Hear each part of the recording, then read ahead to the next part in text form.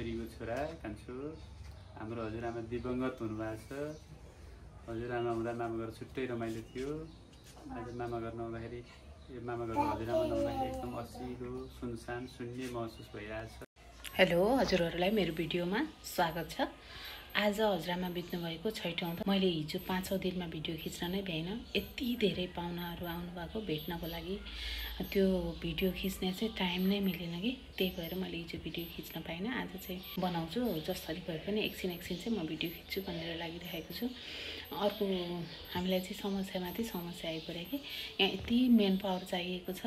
सबैतिरबाट आउने इष्टमित्र पाहुना पाचाहरूलाई चाहिँ जुन हामीले समय दिनुपर्ने त्यो समय दिनको लागि हामीसँग मेन पावर कम छ, अथवा हाम्रो पारिवारिक सदस्य अझै कम भइरहेको बेलामा चाडबाड पनि लागिरहेको छ, मान्छेहरूलाई आउन पनि गाह्रो भइरहेको छ, नआउन पनि गाह्रो भइरहेको छ। त्यस्तो बेलामा यो सदस्य अझ भइदिएदेखि सजिलो हुने बेलामा काम गर्नको लागि सफलता चाहिँ उसको चाहिँ पिरियड भयो। म कति औनाथी? दोस्रो होला। दोस्रो। माइली दिदीको, माइली फुपूको छोरा हुनुहुन्छ। अनि हजुरआमाको बारेमा हजुरलाई के थाहा छ? हजुरआमासँग बिताएका समयहरू एकचोटि त हजुरआमा पहाड पनि जानुभएको थियो बिचमा, अनि सम्झिनु त एकचोटि हजुरआमालाई। धेरै माया गर्नुहुन्थ्यो हामीलाई। अब बुढी हजुरआमा हुनुहुन्थ्यो। अब हामीले बुढी हजुरआमालाई देख्न पाउँदैनौँ भन्दै त्यतिखेरदेखि नै हामी त्यस्तो लाग्थ्यो। अब अहिलेसम्म हजुरआमा हुनु नै भएको थियो, तर अब अहिले पनि दुःखद निधन भयो। हार्दिक श्रद्धाञ्जली भन्छु। अरू के भन्नु छ र?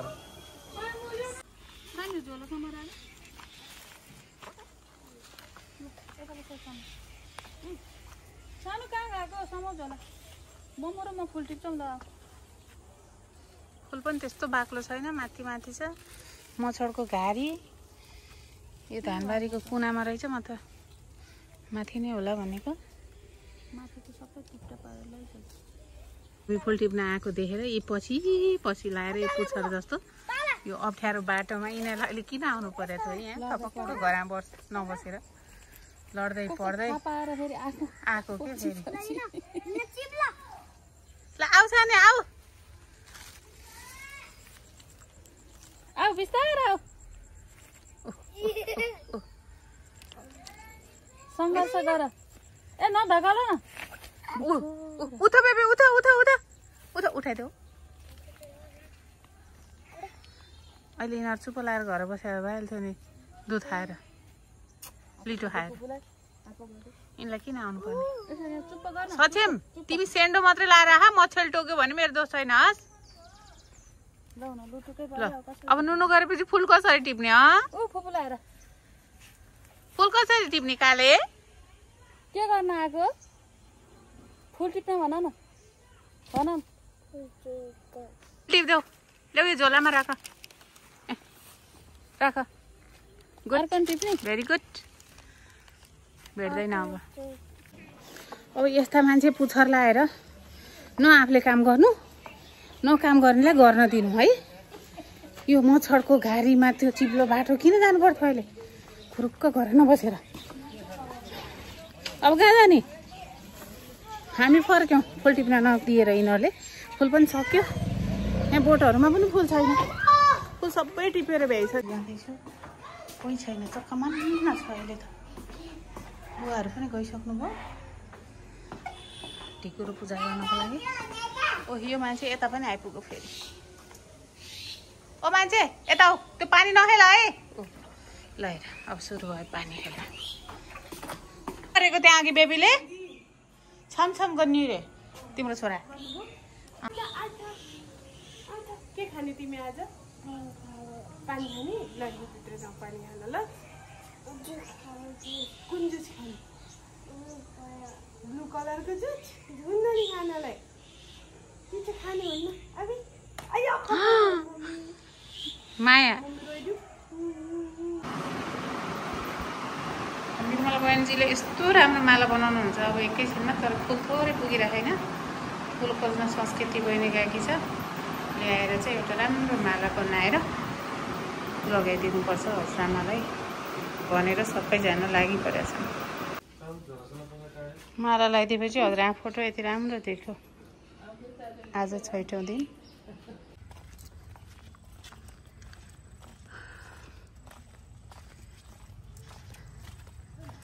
आज असोजको 10 गते भइसक्यो। यति घाम चर्क्या छ, यति घाम चर्क्या छ।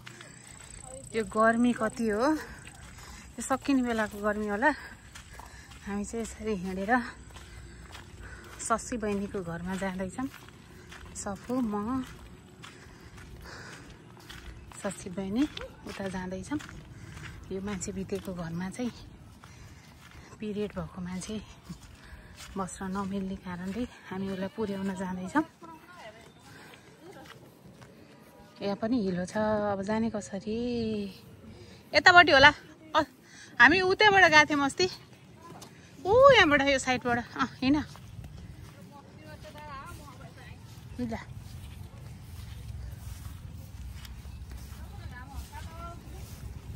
सपु रुक।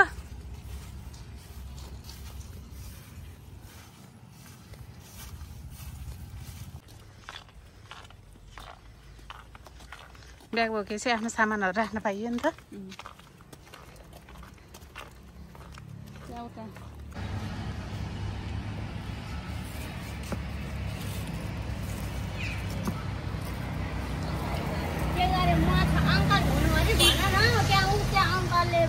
आन्टीले पठाउँदा भनेर ल यहाँ म रहेछ भने पनि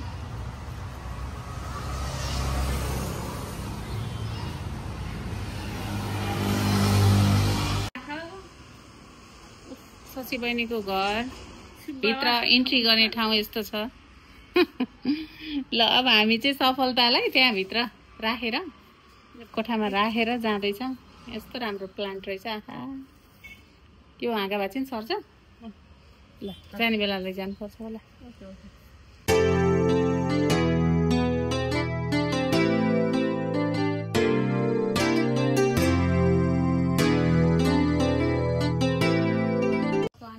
वर्षको उमेर हुँदासम्म पनि आमाको साथ पाउन हाम्रो बुवा धेरै धेरै भाग्यमानी हुनुहुन्छ होइन। कसैले आमाको अनुहारै देखेको हुँदैन र हामीले पनि धेरै वर्ष पहिला गुमाइसक्यो। आमा बुवा भन्ने चिज चाहिँ जति वर्ष भए पनि हजारौँ वर्ष बाँच्नु हुन्छ जस्तो लाग्छ होइन। फेरि पनि यो सृष्टिको नियम हो, हामीलाई सबैलाई थाहा छ। बडीमा 100 वर्ष, कोही अपवादमा 110-120 वर्ष पनि देख्छौँ, तर आफै खाना पिउन पनि सक्नुहुन्न। त्यस्तो अवस्थामा बाँचेर पनि त जीवन त होइन। त्यसैले आमाले लामो यात्रा हजुरको साथमा हजुरलाई प्यार पालना दिनुभयो र हामीलाई सुशीला बहिनीजी, निर्मलाजी सुनाउनुहुन्थ्यो। हजुरआमालाई कुनै पनि सेवाको कमी अभाव छैन। बुवा आमाले त्यही धेरै प्यार गर्नुहुन्छ। सायद अरू ठाउँमा पनि गर्नुहुन्छ र हामीले त त्यति देखेको छैन। मैले त सुनेको पनि छैन कि हजुरले जति आमालाई प्यार पालनासँग सम्हाल्नु भयो। हामी समय समयमा सुनि नै रहन्थ्यौँ। त्यसैले आमाले प्यार दिनुभयो, हजुरले सम्हाल गर्नुभयो, सबैको लागि उदाहरणीय बन्नुभएको छ। हामी सबैलाई सधैँभरि साथ बसौँ भन्ने पनि त्यो नियम छैन होइन। त्यसैले हामी सबैलाई थाहा छ 100 वर्षको पुगेपछि हाम्रो नाटक पुरा हुन्छ। जब मान्छे जन्मिन्छ त्यतिखेर उसको नाम पद केही पनि हुँदैन, उसको शरीरमा सास हुन्छ। जब मृत्यु हुन्छ उसको पद पनि हुन्छ, नाम पनि हुन्छ, तर सास हुँदैन। त्यसैले सास र पदको बिचको जुन पिरियड छ नि त्यो नै हाम्रो जीवन हो।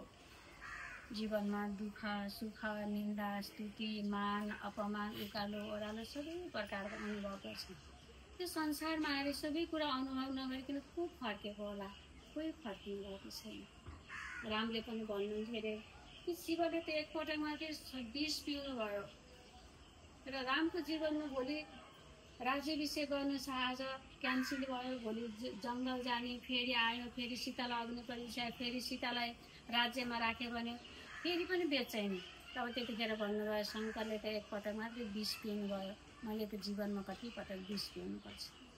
त्यो उहाँको मात्रै जीवनमा होइन, हजुर हाम्रो जीवनमा पनि यस्ता घटना आइरहन्छन्, परिस्थिति आइरहन्छन्।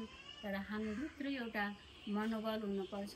त्यो मनोबल बढाउनको लागि पशुपतिनाथ शिव बाबा धरतीमा आएर हरेक मनुष्य आत्माको कल्याण होस् भनेर हाम्रो आत्माको दीपक जगाउनको लागि आउनुभएको छ। हामी सबै उहाँका सन्तान हौ। यदि कसैको मृत्यु भयो भने हामी भन्छौँ परमधाम जानुभयो भन्छौँ नि, हामी कहिले यो प्रश्न गर्दैन घरमा कसले कमाउँछ अरे जानुभयो, घरमा कसले हेर्नु छ अरे जानुभयो, घर कसले सम्हाल्छ र परमधाम जानुभयो, कहिले पनि भन्दैनौँ। किनकि हाम्रो अन्तिम गन्तव्य स्थान त्यही हो, हामी त्यहाँ सबैजना जानुपर्छ। हामी यो सोच्छौँ के भएर जानुभयो, तर हामी कहिले यो प्रश्न गर्दैनौँ किन जानुभयो, सोध्छौँ सोध्दैनौँ। हामी सबै हामी घरमा जान्छौँ, फेरि यहाँ आउँछौँ, हामी रातको लागि फेरि तयारी गर्छौँ। तर भगवान्ले हामीलाई एउटै कुरा के सिकाउनु भयो भने यो चक्रबाट हामी कोही पनि भाग्न सक्दैनौँ, तर हामी राम्रो कर्म गर्न चाहिँ सक्नुपर्छ। राम्रो कर्म गर्नबाट भाग्न हुँदैन, हामी कहीँ भाग्ने ठाउँ छैन। त्यसैले भन्छौँ मेरो पूर्वजन्मको कमाई, मेरो कर्म, मेरो भाग्य। यो जमानामा त यो शरीर लिएर आएका छौँ हामीले, तर पहिलाको जन्मको जुन कमाई छ नि, मेरो पूर्वजुनीको कमाई भनेको त्यो कसले लिएर आयो त? यो शरीर त पूर्वजुनीको होइन, पूर्वजुनीको कमाई कसले लिएर आयो? त्यो आत्मामा रित बैतरणी नाम गरेको नरकमा जाने गर्दछन्।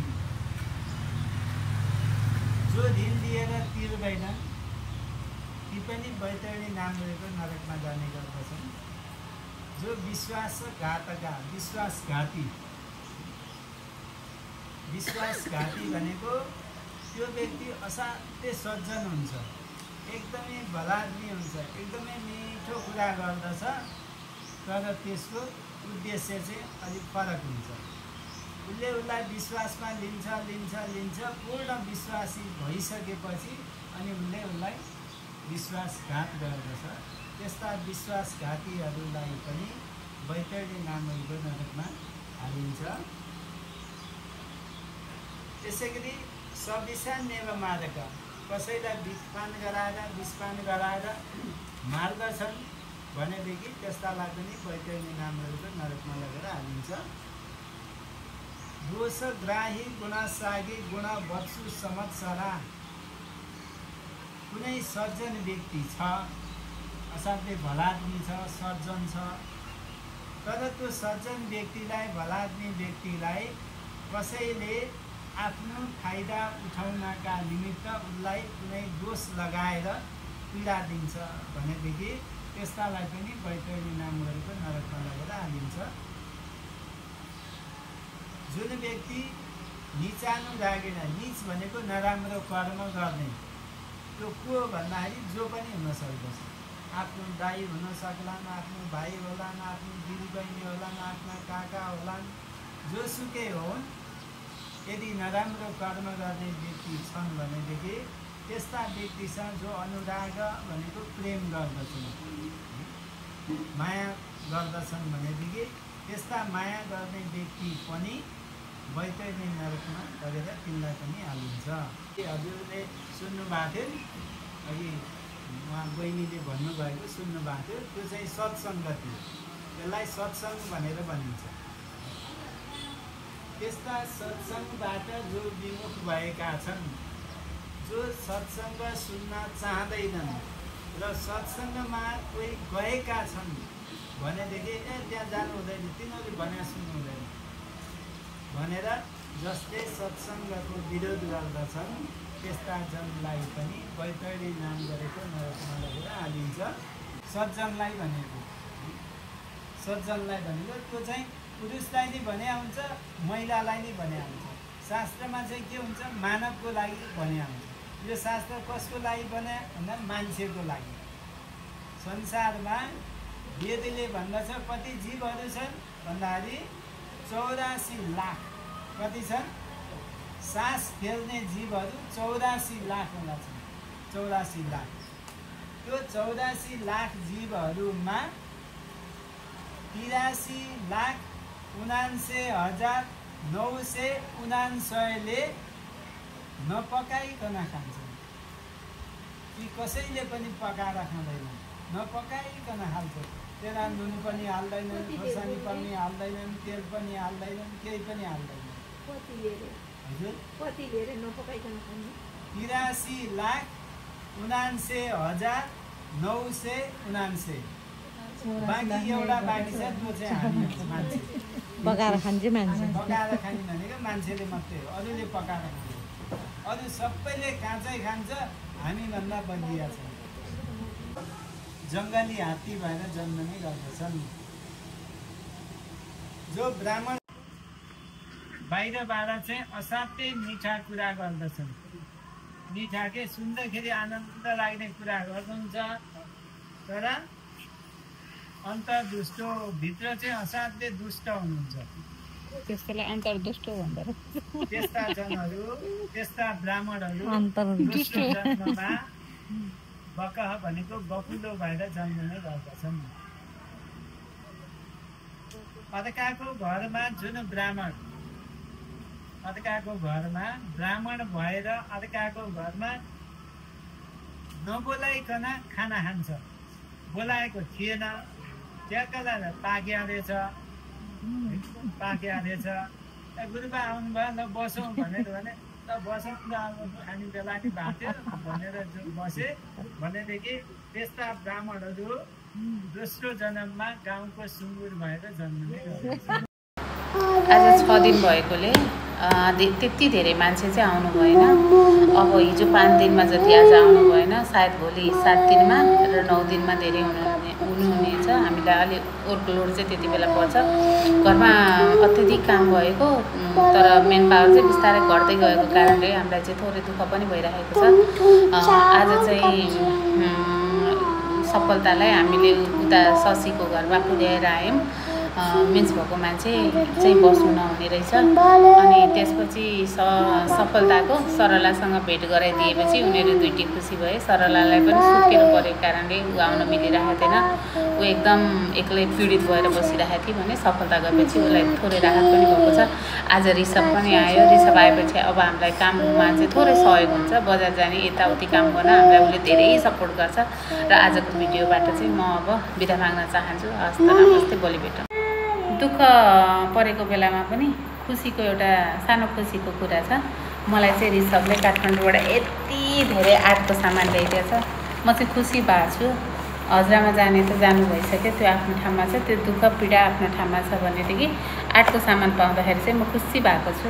अब के ल्याएको रहेछ आर्टको सामान म भोलि हजुरहरूलाई देखाउनेछु नेक्स्ट भिडियोमा भन्दै आजको भिडियोबाट बिदा माग्न चाहन्छु। र हाम्रो भेट नेक्स्ट भिडियोमा हुने नै छ। नमस्ते, गुड नाइट।